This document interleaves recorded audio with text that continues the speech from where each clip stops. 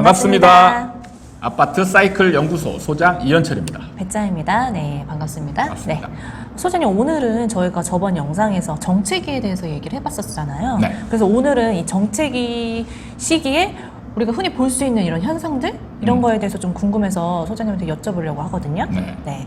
이 정책에서 볼 수 있는 현상들이 어떤 게 있을까요? 뭐 많은데 이거를 이제 좀 오늘 할 얘기는 네. 한번 시장을 좀 떠나서 부동산에 종사하는 업체들이 네. 어떻게 될지 그 부분에 대해서 제가 말씀을 드려볼게요. 네. 자, 이제 정체기가 시작되면 앞으로 어떤 일들이 생기냐면 제가 이제 그 미리 예견을 할게요. 이게 아마 뉴스에 나올 확률도 굉장히 많습니다. 이런 네. 상황이. 첫 번째가 부동산 중개업소들이 문 닫는 중개업소들이 네. 굉장히 많이 나올 거예요. 앞으로 일어날 일 중에 하나가 부동산 중개업소가 이제 하나 둘 문을 닫게 될 그렇죠. 것이다. 네. 네. 그리고 이게 첫 번째고 네. 두 번째가 이제 이사업체. 네. 이사업체들이 이제 힘들어지는 거죠. 이렇게 순차적으로 일어난다는 말씀이신가요? 그렇죠. 첫 번째, 그럼 부동산 중개업소에 대해서 좀 얘기를 해보면 네. 이 중개업소가 이제 왜 문을 닫게 되는 건지 지금처럼 이렇게 수수료가 많고 막 한데 이해가 되지 않거든요. 그러니까 네. 우리 개인들 입장에서 보면 네. 나는 우리 집 팔고 하는 것만 관심 있잖아요. 네네네. 그럼 우리 집 팔았는데 수수료가 막 이제 막 1,000만 원, 뭐 심지어는 2,000만 원, 뭐 이런 식으로 되니까 야, 저 중개업소 하는 일도 없이 막 떼돈 버네, 막 이런 생각만 딱 들잖아요. 네네네. 근데 이제 현실은 다른 게 정체기가 되면 진짜 이제 거래 자체가 없거든요.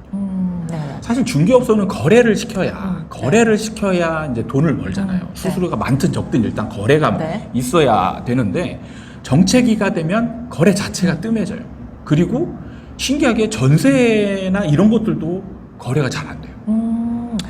그런 게 한 것 같아요. 저도 얼마 전에 부동산에 갔다 왔는데 네. 요즘 거래가 뜸하고 전세 거래가 뜸하고 그나마 좀 소형 매매 거래만 네, 좀 된다고 네, 하시더라고요. 네. 그러니까 거래가 뜸하니까 사실 거래를 완성을 시켜야 수수료를 받는 거 아니에요. 2천만 원, 1,000만 원이면 뭐합니까? 그쵸, 그쵸. 이게 한 달에 한 건도 못 해.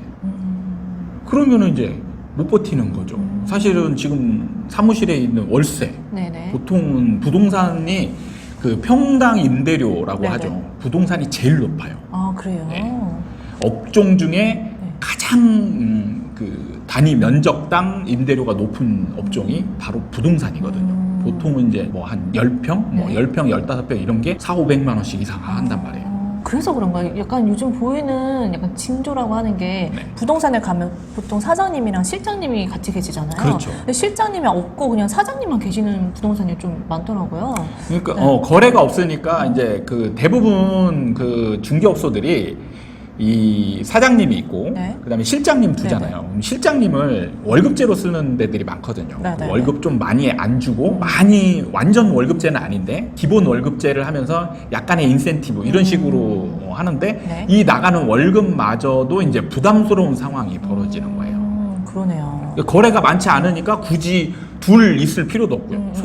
손님도 안 와. 그쵸. 손님이 안 오니까 일이 없잖아요. 집을 손님이 와야 일단은 거래는 뭐 그 다음이라고 하더라도 손님이 와서 집을 보여주러 다니고 막 이런 게 빈번해야 이제 두 사람이서 나눠서 일도 하고 이렇게 되는데 네네. 손님이 안 오니까 또 혼자 해도 되겠네. 그럼 나가는 월급이라도 줄여야 되는 거죠. 그래서 이제 이럴 때 실장님 먼저 이제 자르는 집들도 생기고 이렇게 되는 거죠. 그러니까요. 수수료가 많아서 이게 이해가 안 됐는데 네. 이 거래가 일어나야 이 수수료도 받을 수 있는 그렇죠. 거니까요. 네. 그리고 이게 이제 망하는 업체들이 더 생기는 이유가 이제 그 전에 지금 정책이 이전에 이제 네네. 상승으로 막 갈 때는 이제 굉장히 거래가 많이 일어나거든요. 네네. 네, 막 서로 살려고 하고 또 파는 사람도 생기고 그다음에 전세도 막 거래되고 그럴 때 이럴 때 이제 돈을 좀 많이 버는 부동산들이 생기죠. 부동산들이 거래가 많아지는 느낌이 있으면 네네.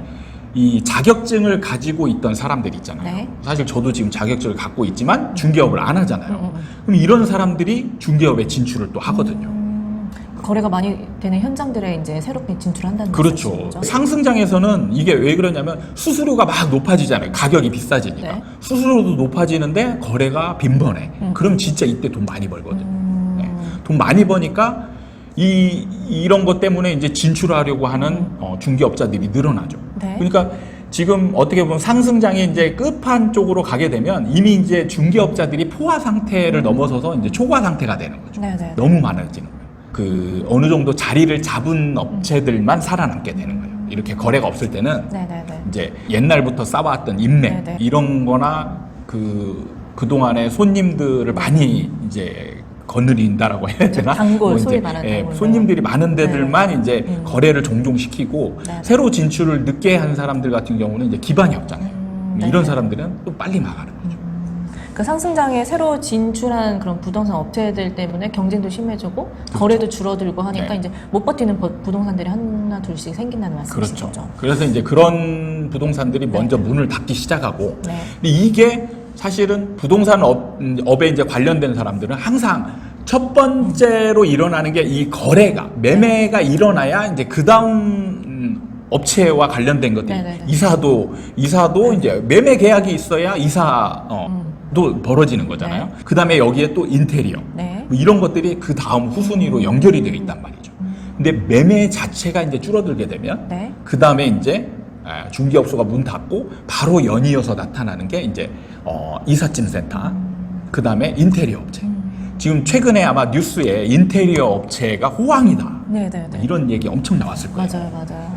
그러니까 이게 사실은 뭐 집에 많이 근무하니까 뭐 인테리어 많이 한다 이런 거보다 사실은 상승장에서 거래가 많이 일어나니까. 네, 맞아요. 그리고 이제 구축들 사면은 새로운 집에 이사 갔는데 오래된 집이면은 사실 깨끗하게 좀 좋은 집에서 살고 싶은 욕구가 있잖아요. 네. 그러면 이제 올라갈 걸 기대하면서 인테리어도 좀 깔끔하게 하고 이런 수요가 생겨서 이제 인테리어가 활발하게 일어났던 건데 네네네.